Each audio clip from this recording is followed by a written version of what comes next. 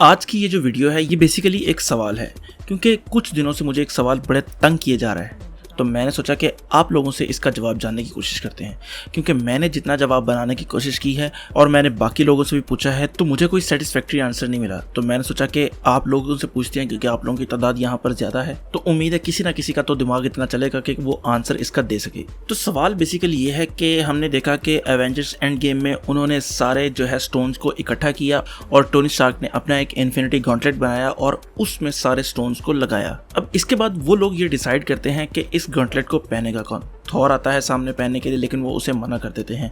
तो हल्क कहता है कि मैं इसे पहनूंगा, क्योंकि मोस्टली उसमें गैमा रेज ही थी, तो उसने कहा कि मैं भी गैमा रेज से ही बना, तो मैं इसे पहन के ट्राई करता हूँ। और याद रहे, इससे पहले जो इन्फिनिटी वॉर थी, जब उसमें थैनोस ने पहना था तो उसको अच्छा खासा शौक लगा था, और जब उसने यूज़ किया था तो उसका हाफ जो हिस्सा है बाजू, वो बिल्कुल एक किस्म का ज़ाया हो चुका था। और हमने इन्फिनिटी वॉर में ये भी देखा था कि जो थैनोस है वो हल्क से ज़्यादा पावरफुल है, क्योंकि उसने उसे अच्छा खासा पेला था। तो जब हल्क ने उस गॉन्टलेट को पहना तो वो ऑलमोस्ट 25 सेकंड तक चिल्लाता ही रहा, यानी कि वो इतनी ज़्यादा पेन में था। उसके बाद फिर उसने स्नैप किया और स्नैप करते साथ ही वो एकदम से गिर गया, जैसे वो एक किस्म का बेहोश हो गया है। अच्छा, अब इसके बाद आ जाते हैं मूवी के एंड पर। जब मूवी के एंड पर जो थैनोस है वो उस ग्लव को पहनता है, लेकिन आयरन मैन उसके पास से आके वो सारे स्टोन्स को खींच कर ले जाता है।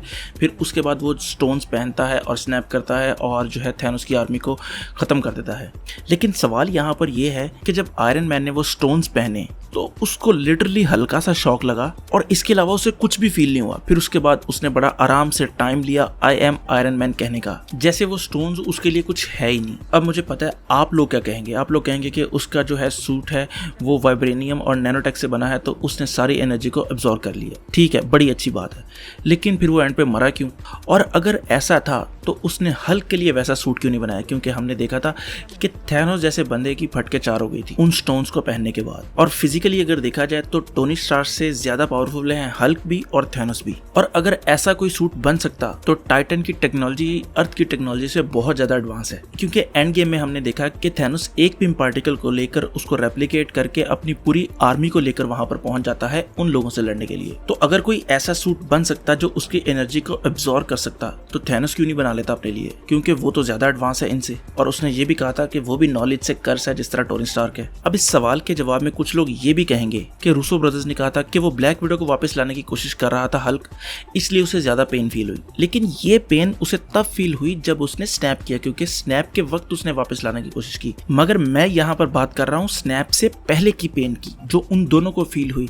टोनी स्टार्क को कम फील हुई, थैनोस को भी ज्यादा फील हुई और हल्क को भी बहुत ज्यादा फील हुई। अब कुछ लोग यहाँ पर ये भी कहेंगे कि थैनोस ने और हल्क ने आधी आधी यूनिवर्स के लोगों को बुलाने की और भेजने की कोशिश की, इसलिए उन्हें पेन फील हुआ। लेकिन मैं फिर वही कहूंगा कि मैं बात कर रहा हूँ स्नैप से पहले की।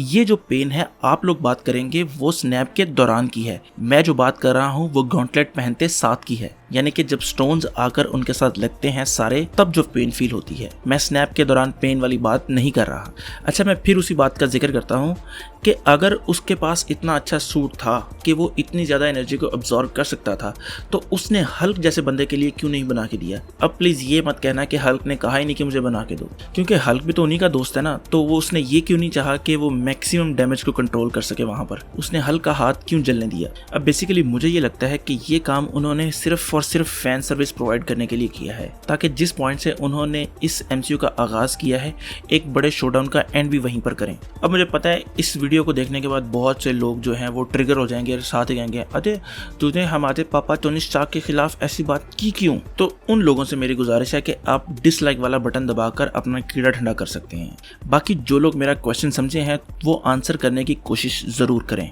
और अगर आपको ये वीडियो पसंद आई है तो लाइक करें, कमेंट करें और सब्सक्राइब ज़रूर करें। तो खुश रहें, खुश रखें। अल्लाह हाफिज़।